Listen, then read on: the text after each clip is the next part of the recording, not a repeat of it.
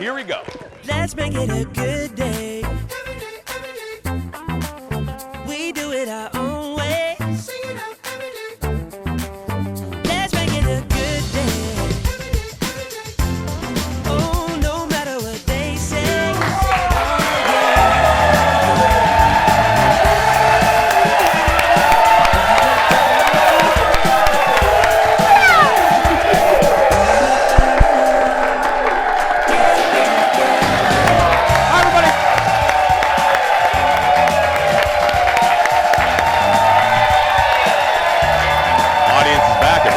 Here we go.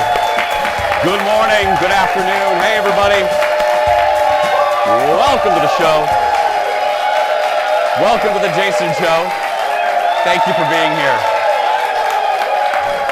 Welcome to the Jason Show. I'm Jace. Please show some love to my sidekick sister from another mister and Ponderosa's Employee of the Month, Kendall Mark, everyone. Hi. How you doing? Good morning. Good morning. Ponderosa. What do they do again? Is it steaks? Ponderosa was a steakhouse, and then Right. in other parts of the country, it was Bonanza. I think Bonanzas were around here. Oh. In Indiana, they were Ponderosas. I like that better. And they had a giant salad bar, and then an all-you-could-eat ice cream machine. So as a big puffy kid, I just put my mouth under it, just to turn the machine on, and just... So Anyway, good. yeah. Day 2 of the audience, and they're back. Good group today. Fun group today.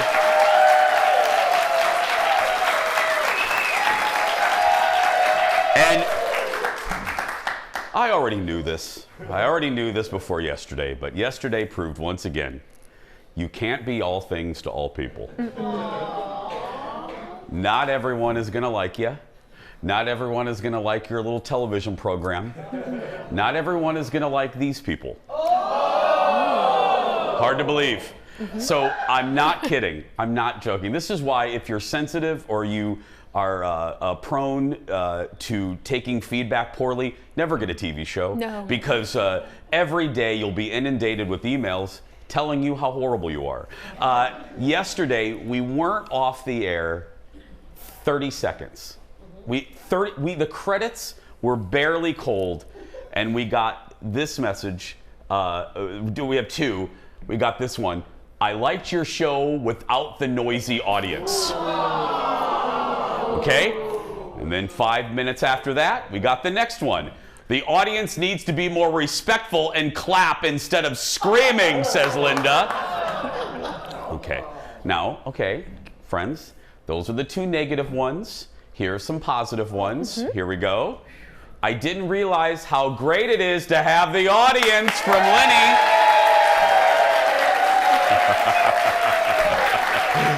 And thank you, Lenny. And from Christine, hi Christine, congrats on having the audience back. It's going to make it more fun to watch. There we go.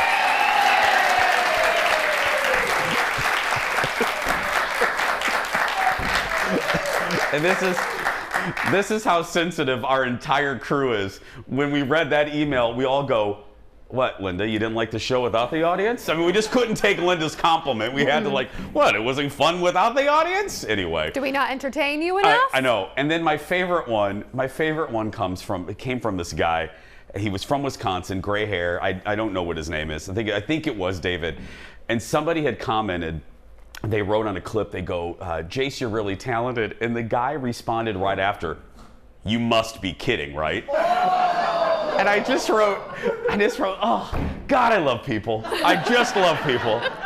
And I'm just like, I don't care how long we have the show. I don't care how long I do this. I will never understand that. If you don't like something, why are you watching it? And why are you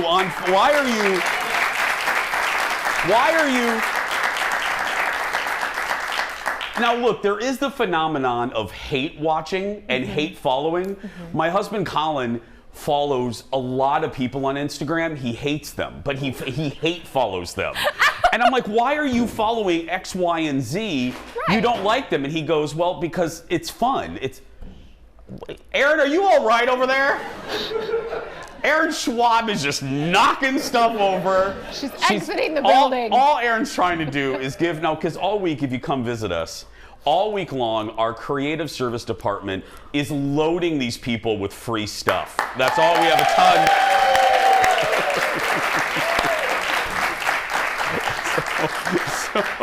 So Erin's trying to get some free crap for the audience, and she knocks over a giant speaker. It's all right, Erin. It doesn't even work. We can throw it away. Anyway, let's get started, everybody. It's time for the hot dish. Let's do it. Here we go.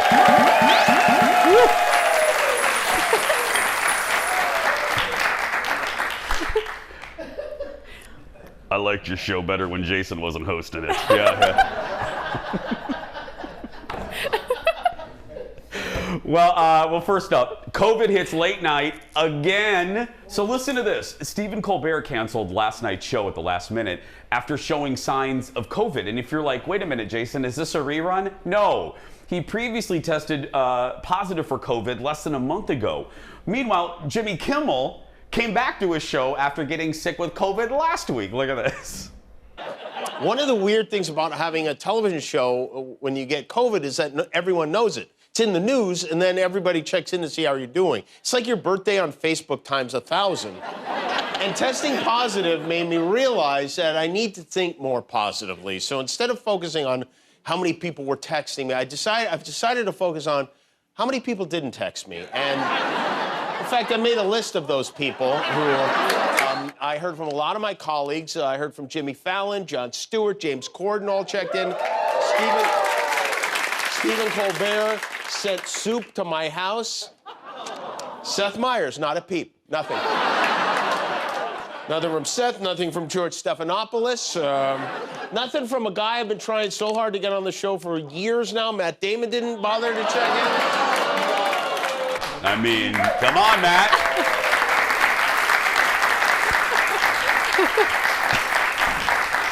I remember in the early days of COVID, and I can't even knock them because we were all trying to figure out policies and rules and what are we going to say.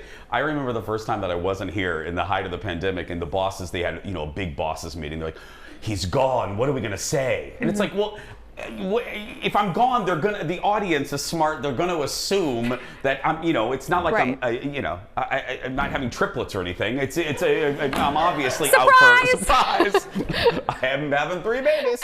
But and nowadays, it's just like, I know. okay, It's like there we go. Jason's just going to be joining us from home today. 'cause Exactly. He feels like it. For some reason, yeah. Jimmy says his mom liked the show more with a guest host. Ow. I mean, my mom does like when you fill in, Kendall. I will say that. Dar does like when you fill in. Dar. Hi, Dar. Yeah. Next in the dish, 13 years after our first trip to Pandora, we're finally, and again, I just need us to realize, Avatar, the first one, came out 13 years ago. I don't even barely remember the plot. But anyway, we're finally getting a look at the sequel to Avatar. The first teaser is out for Avatar, The Way of Water. Look. I know one thing. Wherever we go, this family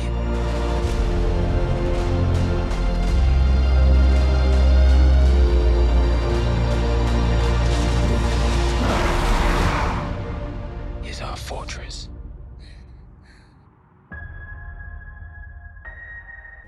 Okay.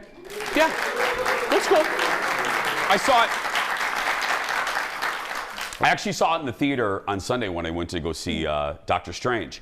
It's beautiful on the big screen. I must tell you, though, I don't know what I expected.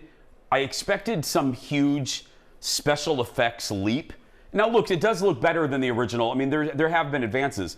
But I expected, James Cameron has made it seem like we've waited that long because he needed the technology to catch up with his imagination. And I know these kind of things. It looks great, but it's not like it didn't blow my mind. You know what I mean? Look, the shots are beautiful, but I think I expected something more. And maybe when we see it in the theater in 3D, it will be more. But right now, I'm just kind of like, meh, Yeah, it was an interesting teaser trailer to put out. I watched the first one because I'm like, what did the first teaser look like? And it was actually quite similar. Yeah. Just very vague, a lot of shots of things that are fake, Yeah. and really cool music. And this is a glimpse into my mind. All I'm thinking about is, I can't wait until that's a ride at Walt Disney World. That's all. Because they have an That's it? Avatar. That's all. Yeah, they have an Avatar world. I just want them to update it with all that stuff. I just want to see the new Avatar animals. Yeah. You know, they're like animals that they ride on and stuff. I'm Yeah, excited about I've that. ridden one actually. I rode one at Disney World. You ride it and it's like a bike, and then in the middle, the animal breathes between your this sounds really perverted, but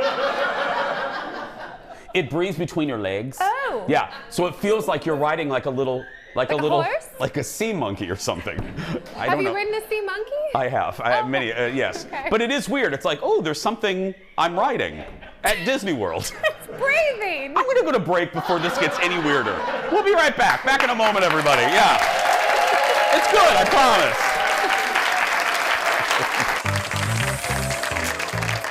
Coming up next, I have some candy you should try.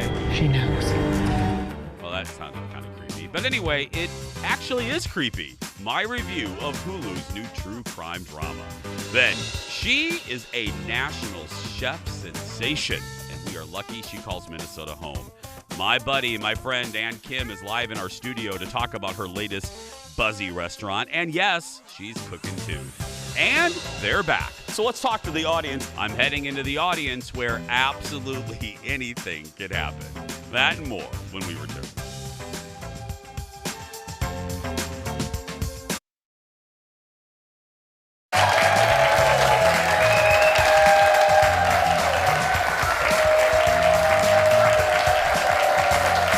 Welcome back.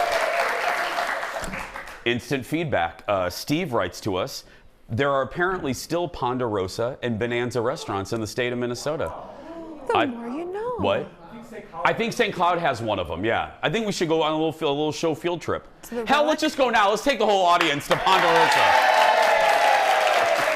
I work there. Can you imagine? Can you imagine if we just wrapped up the show and got in our cars and I rented a big bus and we just got out of here? Chip, grab a camera. Put out a rerun, yeah. Yesterday, Modern Family star Jesse Tyler Ferguson earned a Tony nomination for the play Take Me Out. Is that the play with all the nudity? Yep. That's it, yeah. Everybody's naked in that show. It leaked overnight too, yeah. Naked people. A lot, leaked yeah. overnight. The guy from Grey's Anatomy. Anyway, and last night he dropped some tea about his former show while on Watch What Happens Live. It's good tea. That's our late night rewind.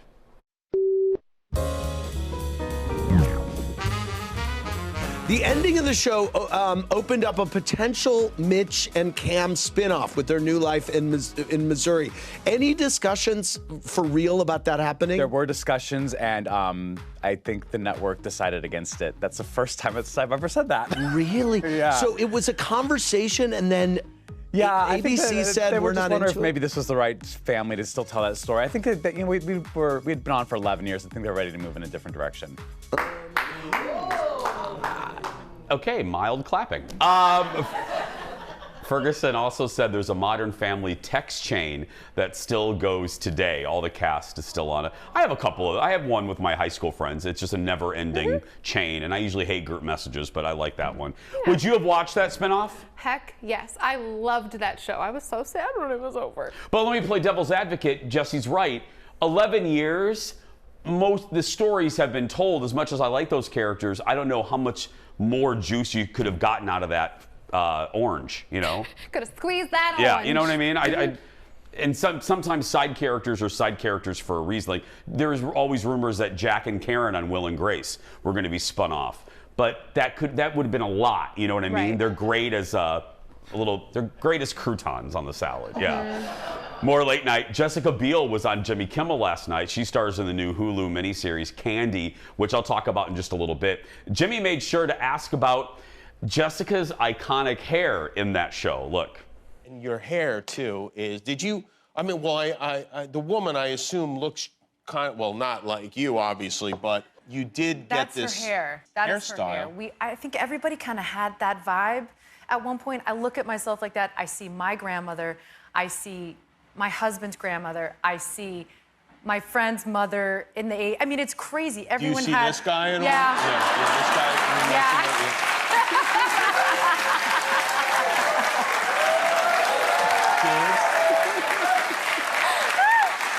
Yeah, I see it.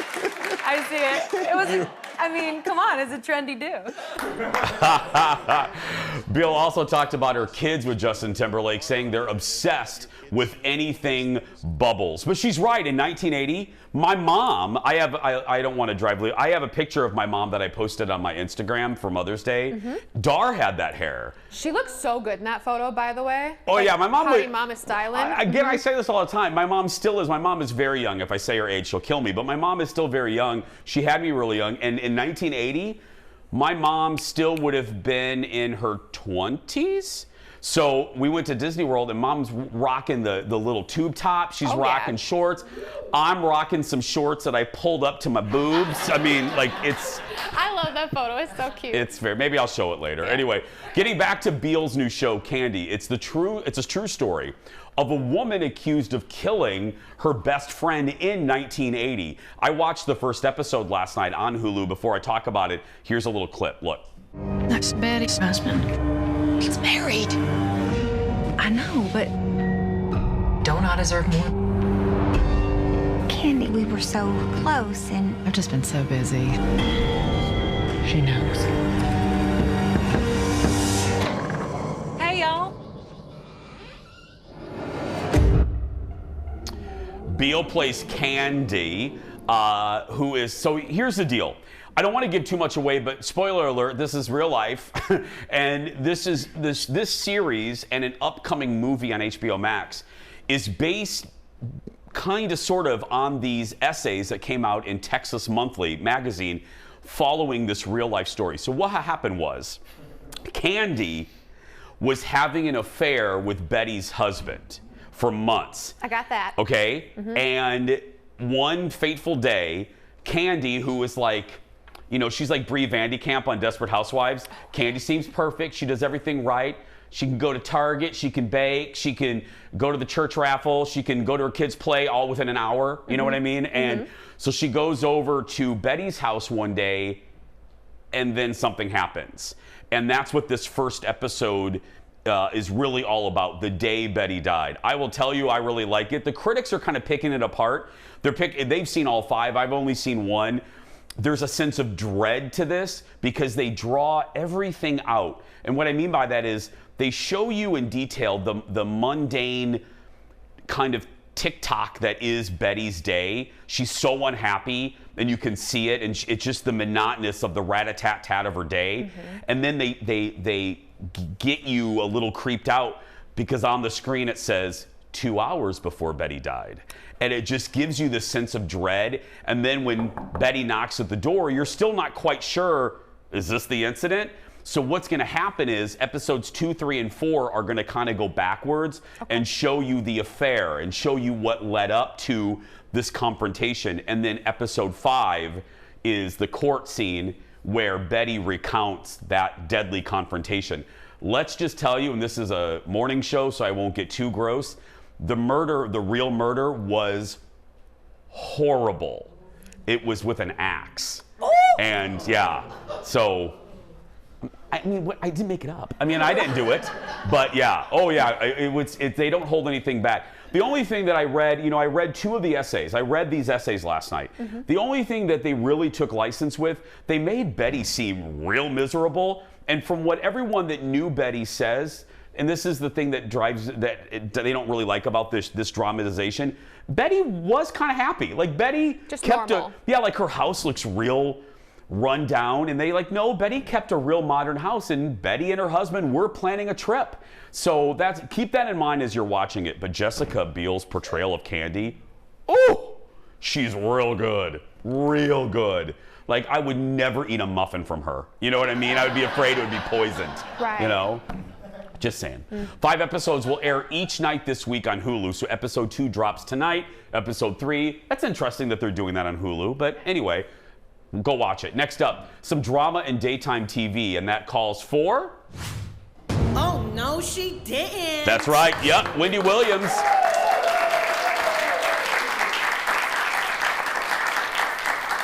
Wendy Williams is sharing her thoughts about Sherri Shepherd taking over her talk show time slot this fall.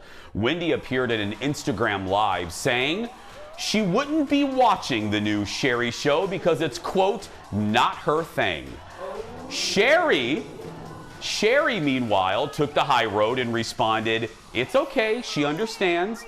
She went on to say she's concerned for Wendy, asking fans to pray for Wendy, and basically that's the Southern version of bless her heart. Yeah, because there's speculation still about Wendy's health.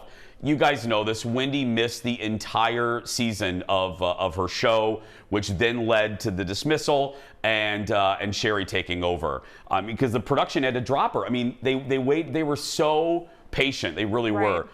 Here's what worries me, and I have handled this story with gloves because you never want to kick someone when they're down, especially if they're dealing with mental health issues. But bluntly, we're one of the stations that cover that have Wendy Williams, and Wendy's still going around saying that Wendy's getting all of her time slots back. She's not. I don't mean to be she's not. Right. It is almost an impossibility. Stations like ours, we already have our fall schedule lined up. Right. I mean, you're not going to get those time slots back. So I don't know. That's what worries me is she's saying that when she knows television. That's not the way it works. Oh, we're just like any company that you know of. Like Target is working on Valentine's Day for next year already. Like you have to think ahead, and so. Why did you have to say that? Why did you have to? I had to bring the party down. I know. Why did you? I mean, I'm surprised we don't have Christmas decorations up right now at Target. That could be fun. No. Next, you saw my review of the new Doctor Strange movie yesterday on the show. Today, star Elizabeth Olsen is taking aim at people who dismiss superhero movies like the Marvel movies.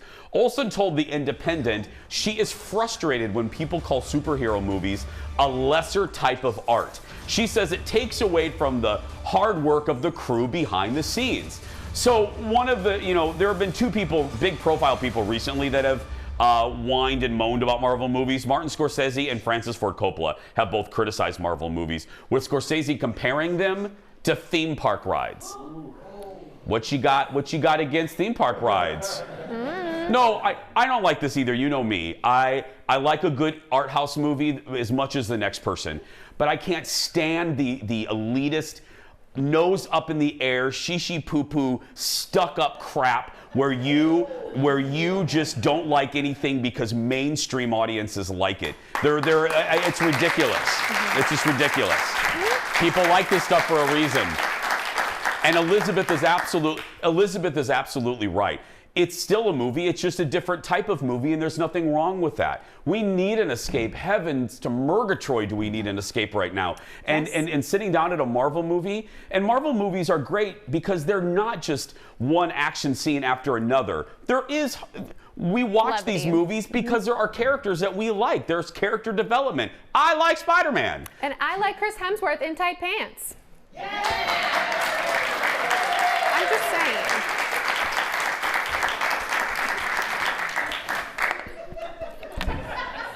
We all have our reasons.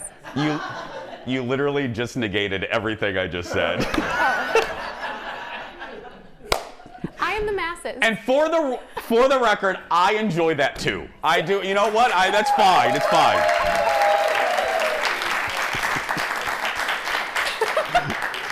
But you know what I mean. I mean, do. Star Wars isn't just a bunch of lightsaber fights. No. You watch those movies. Yeah, those are cool. But you watch those movies because you like the characters. You care about Luke Skywalker.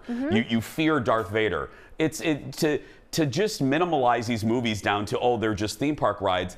It's an oversimplification of just a different type of art. That's what I want to say. We're going to take a break. We have Ann Kim coming up. We're going to go in the audience, give them stuff they don't want. When we come back in a moment.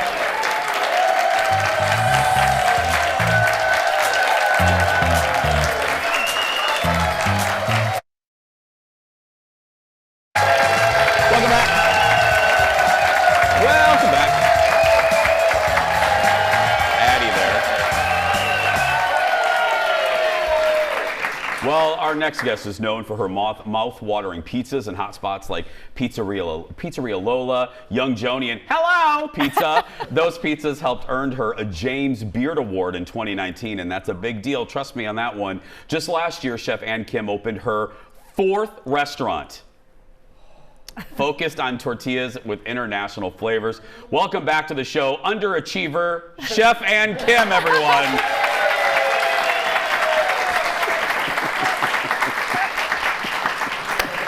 Look, and here's the deal. Ann and I are not going to sit here on television and act like we don't know each other. We had dinner a couple months ago, Yes. and I think one of the first questions was, what the hell were you thinking opening a restaurant during the pandemic? Lapse of reason. I don't know. I like challenge. Yeah. What was it? Okay, so what, you've been on the show to talk about Lola and Hello and young Joni. What was the catalyst for you to do this concept at this time? The timing was not on purpose. Yeah. But the idea of opening up a restaurant that really focused on masa and really focusing on the flavors and diversity of that was really big. Hold on a minute. Yeah. I want everyone to come back to the TV.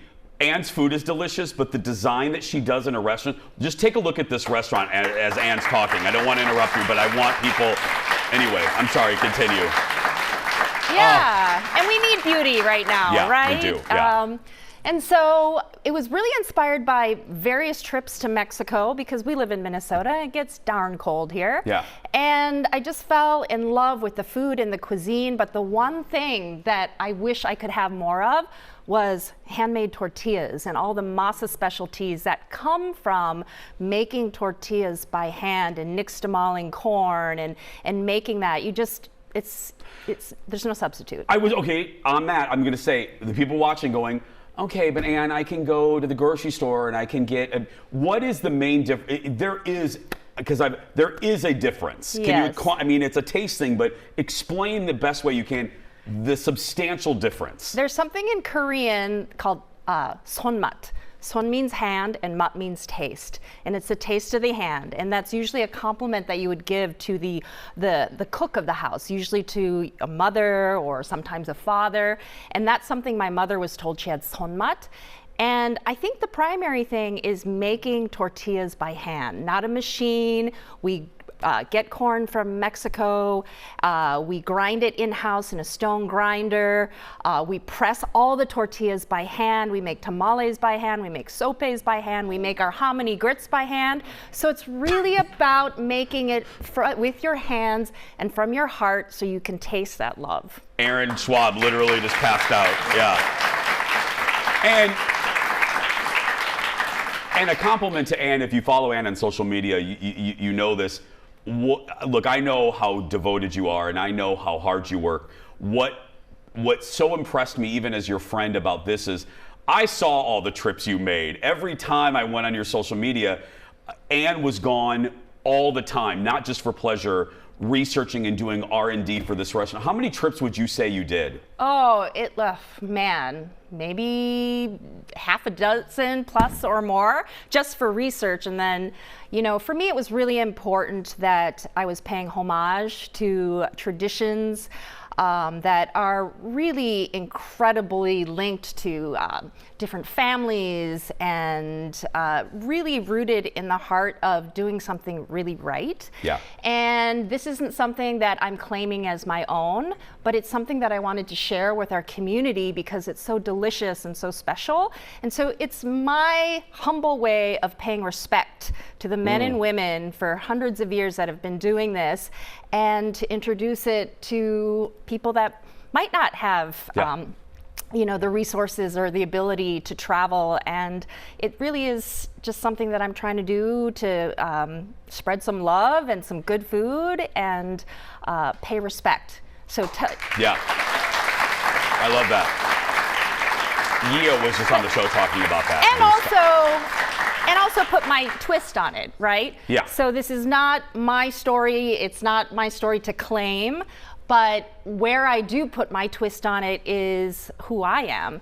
And so I guess for me, it's a really fun take to put in bold flavors and Korean traditions and Midwest traditions. You'll find a walleye taco because we know here in Minnesota we love the walleye, right? Because your menu started out, okay, so you started out as like just a fixed menu, right? Yes. And then you changed. So talk about that. Yes, when we opened in February, smack dab in the middle of the pandemic, we were limited to how many people we could seat, restrictions, no fun at all. And so we opened with all those challenges. We decided let's up the ante and make it even more challenging and do an all vegetable 10-course tasting menu in the middle of Minnesota, right? And my team looked at me like, what? Yeah. We did too. I was sitting with mutual friends. We're like, what is she doing? But boy, was that fun, Jason. It was, the team rose up to the occasion. They're incredibly talented, and we did it. And we challenged ourselves. We created a beautiful menu. We did something that I've never done before, which is like sort of a refined tasting menu, and that really pushed us all to create something beautiful. And I think our guests just loved it. And then we went to a prefix menu with a little bit more choice. But now what I'm really excited about, which was the main intention of Suki and Mimi, is a fun and fancy-free menu, a la carte. You can choose whatever you want to eat, whatever you want to drink. Bring the friends and family. So, yeah. Because we got to go and we're going to cook. We have more than, but I want to go because I know people sitting at home going, they're hearing these words. They go, oh, that sounds fancy and not accessible. It is. Believe me, it is so accessible. You just go and eat whatever you want. Try whatever you want. The only thing fancy is going to be all of you dressed up and ready to have a good time. Yeah. And sticking around, we're going to cook when we come back. Back in a moment. Oh. That was great. Welcome back, everyone. Back with my buddy. And I love saying this. It's like once you win an Oscar, you have to refer to people. Academy Award winner. It's the same thing with James Beard. I'm joined by James Beard winner, Chef Ann Kim. Now, before we cook, tell the folks real quick the name, the story behind the name of the restaurant, Suki and Mimi. Oh yeah, much like Young Joni, named after my mother and my husband's mother. Suki and Mimi is named after my grandmothers. So Sukyang is my maternal grandmother, and Mimi is actually short for Thelma. It was her nickname, but she was my American grandmother who kind of embraced us and introduced us to Western culture. And then my grandmother, of course, obviously was a fantastic cook, so brought those two together and created, Grandmas make good names, They I'm do, telling ya. they do. Okay, what are we making? Okay, today we're going to make a harache. Okay. And basically what this is a masa specialty. So it's not a taco. It's basically made from the same masa that we use for tortillas. Today we have a lovely blue oyotillo, azul corn that we use to make this masa. And a harache in Spanish means sandal. Okay. So it's kind of shaped like a sandal. And in Mexico, when I would go to Mexico City, some of my favorite things to eat were the haraches on the street. It's a street food, and they're just incredible, and usually made with beans, some kind of bean puree on the bottom, stuffed, topped with cheese, sometimes meats, and really simple, something you could pick up and eat on the go, and it was so delicious. So this is kind of our take on it, and to celebrate spring, we decided to introduce all these incredible spring vegetables. I know winter seemed like it took forever, but now things are starting to green up. I know. And so I like the thickness of that. That is when I think of tortillas, I think real thin. I like yes, how it's a soft little it is. crispy on the outside, Oh. soft and delicious, and smell the corn. I mean, you just can't replicate that, you know, from a store-bought tortilla. We smelled it. We were walking over, and Jeff goes, "I can smell the corn from the interview set." I mean, it's Yeah, it's incredible. So here I've got some lovely greens and some incredible arugula that's grown actually in like, what do they call those, containers? It's a container garden. Yes, it's incredible. Do you do that? Do you have No, container I garden? don't do I was it. gonna say, This wonderful farmer that has a place called Frisk, and it's incredible. Sweet peas, which are incredible right now, and then these lovely, cute little beach mushrooms, which are just delicious and beautiful, and we pickle them for a little bit of acid. And then we have this wonderful vinaigrette made out of preserved lemon, which I recommend everybody make preserved lemon at home. It's so easy and delicious and just brightens everything up at home. And I'm just tossing it like so. It's like a light, fresh salad. And then we're gonna top, what I put on the bottom is requesón. I was just gonna, what did you say? I don't know if I'm getting it, the pronunciation. Requesón. So it's like, I'm so glad you said that. You know, a Mexican version of ricotta cheese would be very similar. It was so funny when the boys were going through the show with me today. They were going, okay, we're gonna do this, and Jeff goes, I am not even gonna try to pronounce this. I'm gonna let just Ann try to pronounce it. Yeah. Forgive me if I'm not getting the pronunciation I'm sure correctly. You did a great job. You know, but we make this cheese at the restaurant ourselves. Of course you do. And it's so delicious and fresh because, you know, like I said, sonmat, hand, mouth, you know, that's the way you taste beautiful things. And then I'm just going to garnish it again with these wonderful fresh greens that are all local and just vibrant. And if you can get things from here, please do support our farmers. They're incredible people. And then, yes! And then we've got these beautiful French radish. And then look, Jason. Look at you ain't done. Look at this. What is that? Flower Bay.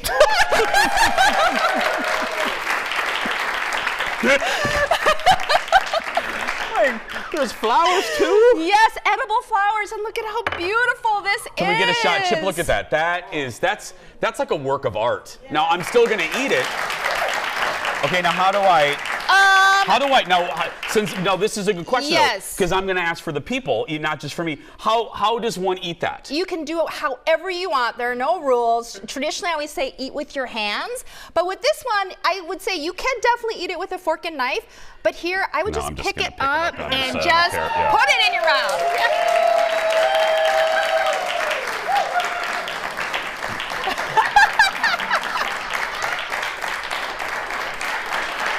You okay? You okay?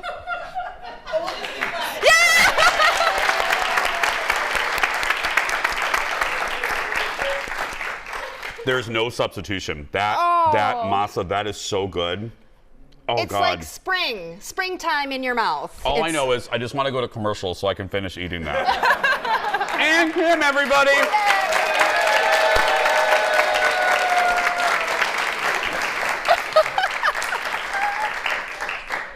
To learn more about Suki and Mimi, head to their website, sukiandmimi.com. We're going to take a break. We'll be back right after this. That cheese hand. What is that? Oh. Let's make it a good day. We do it our own way. Let's make it a good day. Oh, no matter what they say. Oh, yeah, yeah. Welcome back.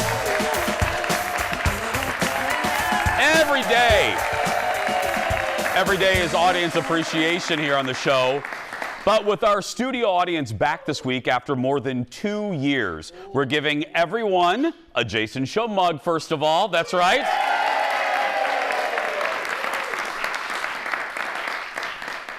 One lucky person will go home with our general manager's brand new car.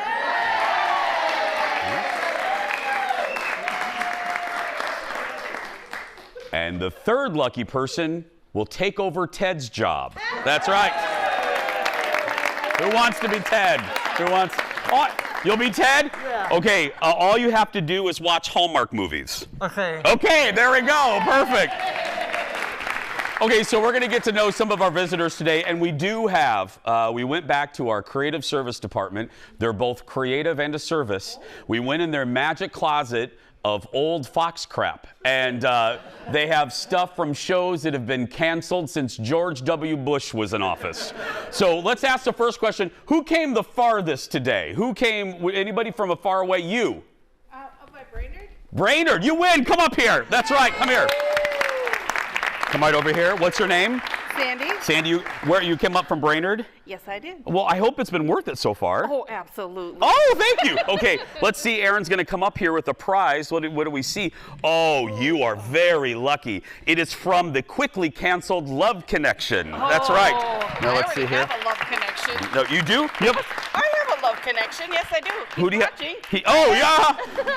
I thought you meant me. I was like, are we dating now? I mean, okay. You have, is it your sweet honey at home? Yes. What's his name? Ed. Go ahead. That's your camera. Say hi to Ed. Hi, Ed. I'm on TV. Ed, she's on TV.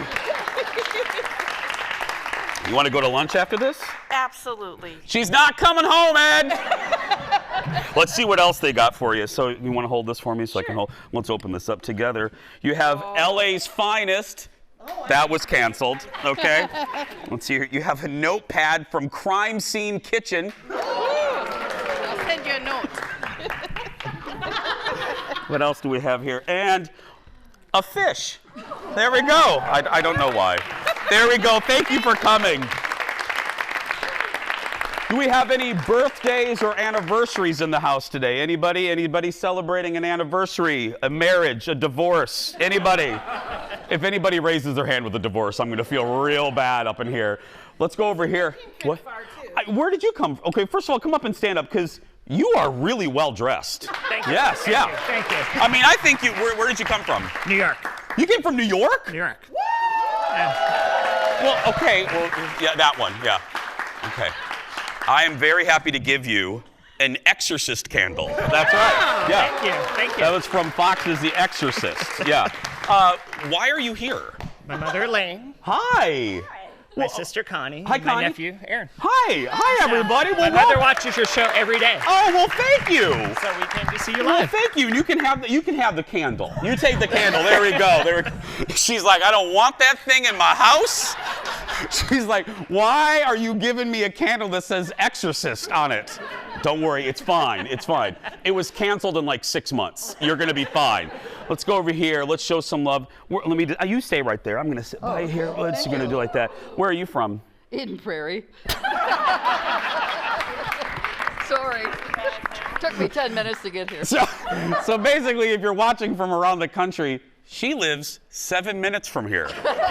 Let's give you something too. Let's give you another bag over here. Is this your first time in our audience? No, second. Oh. 6 years ago. Okay, that's fine. That's fine. I didn't have a beard back then. Okay, here we go. We're giving you a housebroken frisbee. Oh, great. For a dog, yeah. I mean, you know, we're both housebroken, so I mean, Right. or you are, right? Yes, I am. Okay, I just want to make sure. Oh, and just what everybody wants. Lethal Weapon sweatbands. There we go. Oh, I can use them when I exercise. Well, we should go to aerobics after this. Yeah, I'm game. Done. Give it up for our audience, everybody. We're going to take a break. We'll be back right after this. Back in a moment. There you go, sweetie. Oh, God.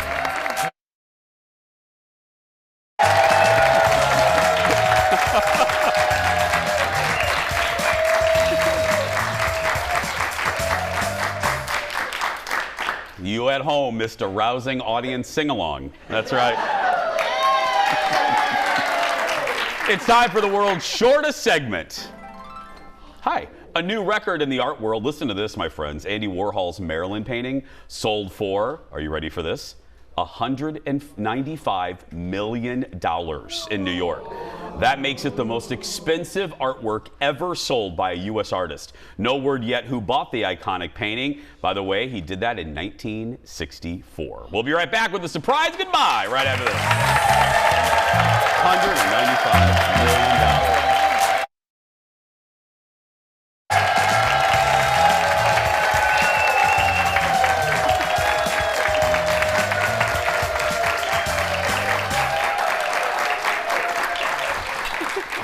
Just remembered from executive producer Jeff, tomorrow's Star Wars Day at the Twins game at Target Field. You're gonna bring your lightsaber? I might. I don't know if they'd let me in. I'll dress up like a little Jedi, but yeah. You could bring your bust with you too. That's right, my Darth Vader bust. Uh-huh. Yeah. Anyway, long story, drunk purchase. It's time for the surprise goodbye. Here we go, everybody. So you know this. We don't know what's in this segment until I read it right now. It's common for dogs to sleep in bed with their owners, right? But wait until you hear what happened to a woman in Tennessee. Oh, God. She woke up and realized she was cuddling someone else's dog. The woman thought it was one of her dogs until she saw the face. She posted the picture on social media trying to find out where the dog came from. It turns out the dog lived a few houses away and somehow got into her house and then got into her bed.